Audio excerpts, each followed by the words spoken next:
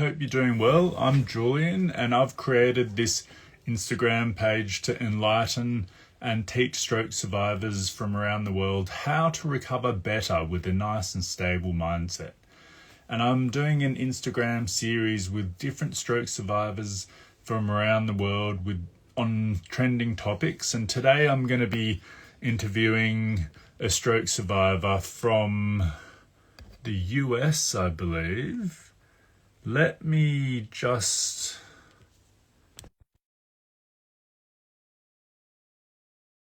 There we go. Now we'll just wait until he comes on. It won't be a moment. I saw him being interviewed by another fellow stroke survivor from the US, Maddie Stroke of Luck, and Townie the Neuro Mermaid, and I thought I need to get him on one of my Instagram lives. So he's with his son somewhere, maybe in a local library or something. So hopefully it won't take too long for him to join. But we'll see how it goes.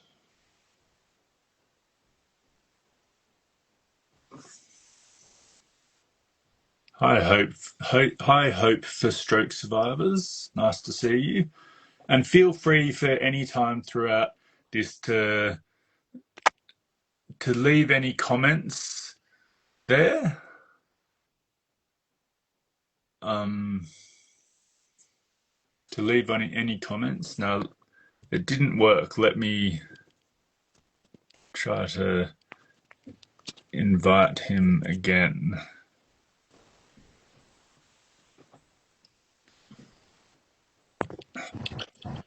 Hello, how are you?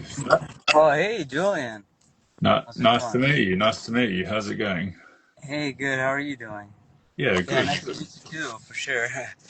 Yeah, you too. So it's good to see you, and it's good to see everyone else here. And this is my Julian Reddish Counselling Instagram live, and I'm Julian, and I'm a stroke survivor, as probably everyone that follows me knows. And I hear you've had a stroke as well.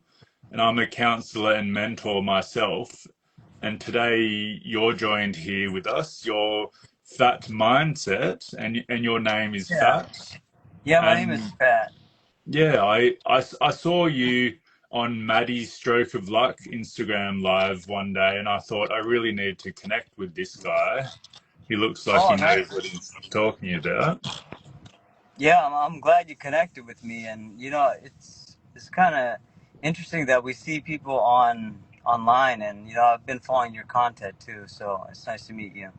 Yeah, thank you.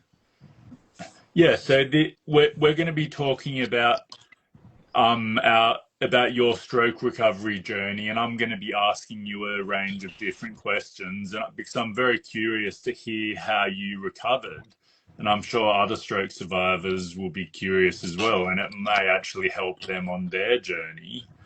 So Yeah. this conversation is all about honesty, hope, and the realities of life after stroke. So early experience and recovery. I was wondering, Phat, if you could take us back to the early days after your stroke. What do you remember most about this time? Yeah, I had my stroke on June 21st, 2021, and at that time I was 36. And there was a lot of things I didn't know about stroke, and having to think about it. I do think I didn't realize the details, but when I woke up, then that's when I found out I had a stroke. And Yeah, when I woke up, it was a shock to me, and also my family and everything too. And so yeah, I kind of learned from there, from waking up, like the details of a stroke. I think I had my assumptions, like most people think that it only happens to older people. But exactly. yeah, Yeah. yeah, I think just waking up, it was, I went through a lot of complications, and it was severe, but I think the complications is what made it worse. And I woke up realizing I couldn't do the basic things, that I could do. And so that's kind of how it started. And, I just woke up in the hospital and just started learning how it affected me. And, I did have like partial like paralysis and, I lost a lot of functions, but yeah, I was learning that I wasn't the same. Right. Yeah. Yeah. Wow. And what was the biggest challenges that you faced, or the biggest single challenge you faced in those first few months of recovery, if you remember? Yeah, yeah, I do feel like one of the biggest ones I think is accepting the new reality. Things are completely different. The things I used to do, a big one is like work, right? You use that to Yeah, occupy your time, and exactly. it takes a big chunk of your time. And so I couldn't drive, I couldn't do the basic things that I was used to. And if there were things I could do, I needed assistance, like with eating or walking, driving. Like I couldn't do those basic things that we do every day. Every day, excuse me. And so that was, I think, my biggest shock is losing my identity and trying to figure out who I was in the present moment or who I was going to be. Yeah, wow. Well, it looks like you've made fantastic progress so far. Oh, And I really appreciate it. We none of us knew how far it would take it, because if you look at me now, it's easy to not you know see how it was in the beginning. And I'm sure you in the beginning, you look great. So I'm sure in the beginning, you had gone through different things compared to now. But yeah, we didn't know how far I could take it, but I'm very grateful. And I feel like all that work that I put into it, it was worth it. yeah, completely. And was there a turning point when you started to feel progress was possible early on? In my situation, as far as progress, I didn't know much about like the statistics and things like that. I know that things weren't looking good and people weren't guessing, like, or they didn't think I would make it like to this point. But Mm, I think the progress, it made me realize there was a chance when I think you just go in and you just start going through the motions with rehab. And they do track your progress, and I think that helps to see, like, okay, there's progress being made. So I was hopeful just by seeing that. So I think, yeah, it doing all the rehab, inpatient, outpatient, I was slowly getting better. So I was hopeful by seeing that. yeah, that's true. And even if you don't notice the increments of improvement over a few weeks or months when they remind you, it can be quite eye-opening how much you've actually improved. Yeah, yeah, that's so true. I even still feel like there's things that I do now to challenge myself, and things improve. Yeah, So that is the power of neuroplasticity. That's what I learned. I didn't even know what that word meant, prior yeah, to all this too. Yeah. yeah. So now I thought would touch on physical and practical progress. How Mhm. did you approach your rehab and recovery routines? I'm sorry. Could you repeat that last part? How did I approach How my? how did you approach your rehab and recovery routines? Oh, okay. I At first, I think I would get frustrated at times. I think you're trying to follow the different therapists' instructions, and a part of me, I didn't understand why I was doing it. Mm, But I was trusting in what they were doing. And as I was learning about their job, even before, I didn't realize there were that amount of therapists that were out there. But yeah, I gave them trust that what they were teaching me, I would follow. And I tried my best. We had our days, but yeah, I approached their program, and I try my best. You know, I tend to be more of an optimist, and I think that did help. Yeah. But I realized when I was going through the rehab that when I was close to getting done with the rehab that I did, the first one was the inpatient, right? And then also when I was doing the outpatient, I knew how many sessions I had, and I realized it was going to take a lot more than just the rehab to improve the way that I wanted to improve. Mhm. But yeah, I just kept on doing it, and each time they would give me a goal, and I would try to meet it, and I could see Yeah. myself improving. Yeah, that's great. It's like to achieve anything in life, you have to put in a lot of repetition, don't you? Yeah, yeah, big Yeah. time. And it's not a lot of things people see. Yeah. But Yeah. especially stroke survivors. I mean, I know they relate because you know, I that's why I feel like I have so much compassion for survivors too, because we're all dealing through, we're all dealing with different things, and we just have to continue to push through it. Mm. Uh, And were there small wins along the way that helped you stay motivated? yeah, I do think there were small wins. Sometimes, as far as the wins, I might not have looked at it as a win, even some of the setbacks at that time. But looking back, I think it did kind of work in my favor. But yeah, small wins that I think about would be like even like doing, because I used to be able to do pull ups and I couldn't even do a pull up, right? And Yeah.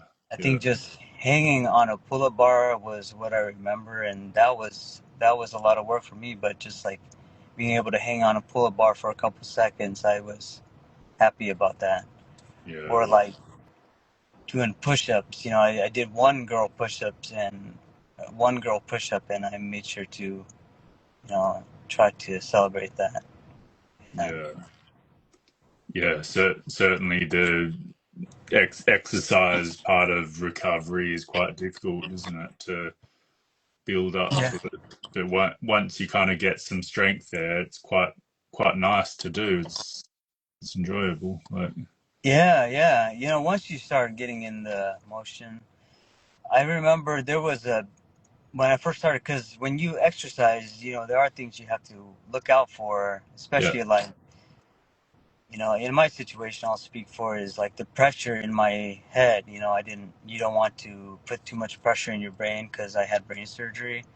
Well, maybe that's all survivors, but they removed a part of my brain, and so that was why I was extra paranoid. And so yeah, yeah, like those type of things. But I do remember like doing like these air squats. There was like this really basic exercise that required no weights or nothing. It was just body weight, and it just kind of exercised your coordination and breathing and stuff like that. And I remember struggling with that.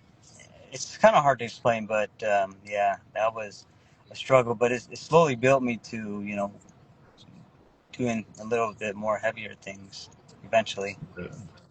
That's great. That's great. Now, while we're on and we're talking, I just want to let the audience know, anyone that's listening, feel absolutely free to write any questions that you have down in the comments, and we'll do our best to answer them throughout this Instagram live. So don't hold back. We're here to help. Um, yeah. Perfect. So now we're going to move on to emotional and mental health. And I was wondering, how did the stroke affect your sense of self and identity?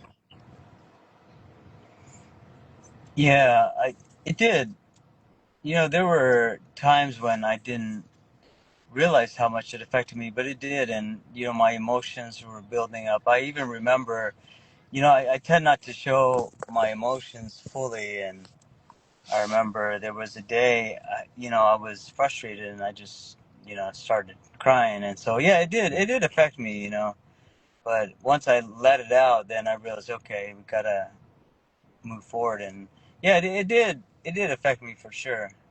You lose a big part of your life, and so yeah, I wasn't sure what the outcome was going to be, and so it affected me. I think we tend to focus on the physical, but I think the mental is just as important. It is, isn't it? And our bodies are designed to release our emotions instead of holding it all suppressed, and then one day it kind of blows up in a way. Yeah, yeah, But it's I good that believe. you allowed your emotions to come out then. Um, and Yeah, and what strategies help you manage frustration, fear, or setbacks throughout your journey? yeah. I would say the number one thing is meditation for me. I've always been, interested in it, Okay. but I think, yeah, since having a stroke, it was kind of like the test. And I know after having a stroke, I wanted to develop it again, but I could Mm. barely sit for even like a minute. I Yeah, remember that. But yeah, yeah, I think meditation, it does have a lot of benefits. it certainly So does. Yeah. that was a big one for me. I would say that's the number one thing to help regulate my emotions and things like that in situations that come up. I really feel like it helped me a lot. Okay. And what sort of meditation did you do? I do a basic breathing and counting meditation. Okay. So yeah, I do the basic, the most simplest one. Yeah. So it's just like, yeah, I could go into a little more depth one of these days. But yeah, it's just basic breathing and counting. And it also helps with your focus too. It So, even helps me now. Like my attention and focus is not the same like before, and so it helps me build that. yeah. Or you do look very focused while we're talking now, and not all stroke survivors are they? So it looks like you've really mastered this. That's great. Oh, okay. Yeah. Thank you. Yeah. And did you find support, whether from counseling, peers, family or friends throughout your recovery? Yeah. I'm very grateful to have a good family, a good girlfriend, and also I've built up a good network of friends, and two of my good friends happen to be stroke survivors. So then Oh, that, really? Wow. yeah, that kind of worked. And I remember when they had a stroke, I didn't think of it much, but until I had mine, I realized, and then we had that Wow. closer bond, like, then it opened my eyes to, oh, you had a stroke too. Oh yeah. That's interesting, isn't it? Wow. Yeah, it is. So I feel like it's kind of meant to be that we met each other. Yeah, that's beautiful. Yeah. Yeah, Yeah. I feel like some of my closest friends I've met through the Instagram and counseling, and they're all stroke survivors. Like yeah, once you connect on a deeper level, it's more meaningful, isn't it? Yeah, yeah. I think that's great. I think having a support network, especially survivors that understand, is very beneficial. You Yeah. know. So tell me, where are you from, Phat? Yeah, And where do you live? I live in Arizona right now, but Okay. my family was originally from Vietnam, Oh, okay. so my nationality is Vietnamese, Yeah. and I pretty much grew up here my whole life in Arizona. Yeah. But yeah, I've been here for over 30 years. Okay. Hmm. So have you been back to Vietnam a few times? I have, but that was pre-stroke. I went back one time Oh, to visit where my parents grew up, yeah. Yeah. and yeah, I would like to go back one of these days. Yeah, for sure. That'd be a nice trip for you. Hmm. Yeah, yeah. So yeah, Now, now I thought we'd touch on relationships and social life. I was wondering, how did your stroke change your relationships with friends, family, or colleagues? yeah. I think. initially I was thinking about myself. I'm like, oh, it has changed me a lot, and I realized it affects everybody around me. Like me changing, people have to adjust. And I think initially, yeah, everyone was trying to figure it out. They didn't know Yeah. some things to say to me or not to say to me. Things were kind of different, and I Mm. would kind of let my emotions out on my loved ones or people close to me. But yeah, I think it adjusted. But then, some people, can handle it. Some people can't. I mean, I've lost a lot of friends. But then I've also kept friends or gained friends and stuff too. So I think it kind of tests everybody around you, and you see like, okay, now I'm different. My focus is different. I'm trying to recover. I'm not into those type of things that I was doing before, and so it really affected, I think, the relationships around me. But you know, a lot of people also stayed too, so that was the great part about it. Yeah. And then I guess the right friends stay in your life instead of friends that drag you down or that just aren't quite right for you. Yeah, yeah, it does make you think about it too. Yeah. Mhm. Yeah. And what role did other people play in helping you progress? Yeah, I think everybody, or depending on who it was, different people play different roles. I feel like I learn from people on the side of what to do and also what not to do. I think having a stroke, you're trying to rebuild yourself. And so for me, I was thinking about how I wanted or what I wanted to work on, as I recover and the things I wanted to build up since I was kind of like, kind of remake myself in a way. Yeah, yeah, yeah. Rebuilding yourself from the ground up. Yeah. Yeah, exactly. And now I thought we could go into resilience and growth. Um, I was wondering, what have you learned about yourself throughout this journey that you've been on? Okay. That's a good one. This is definitely the most difficult thing that I've been through, and For it, sure. it, it tests everything. It tests everything from you, or it takes everything out of you, and so yeah, it makes me realize that there's a lot of things. There's times when I even question myself, Mm, but it has made me learn that hey, no matter the people around you, it's up to you, and you can do a lot more than, or we can do a lot more than we think, or I even thought. yeah. Okay.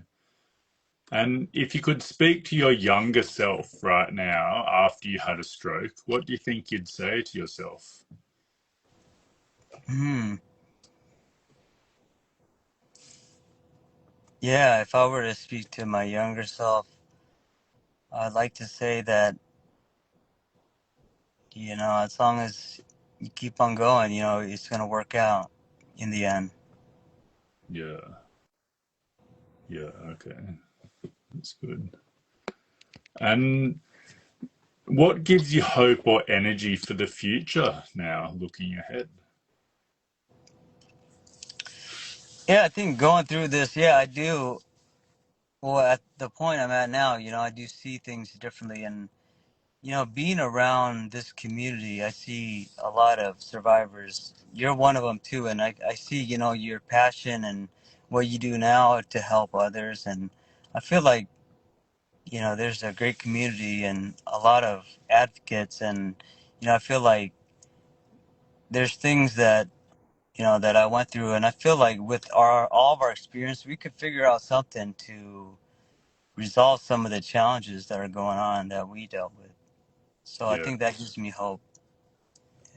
Yeah. Well, you're definitely becoming a good advocate yourself, and all of us teaming up together, we can help a lot of other stroke survivors out there, can't we? Yeah, I agree. You guys have done so much. I appreciate, what you've done too, because, me coming in now, you've been doing this for years. I'm assuming, and so longer than me. And so if it wasn't for what you guys all did, I know there's a lot of people still working at it. And so I get a taste of what you guys have done. It's like a lot of things behind the scenes. So yeah, I think it makes it easier for a lot of us now. Yeah.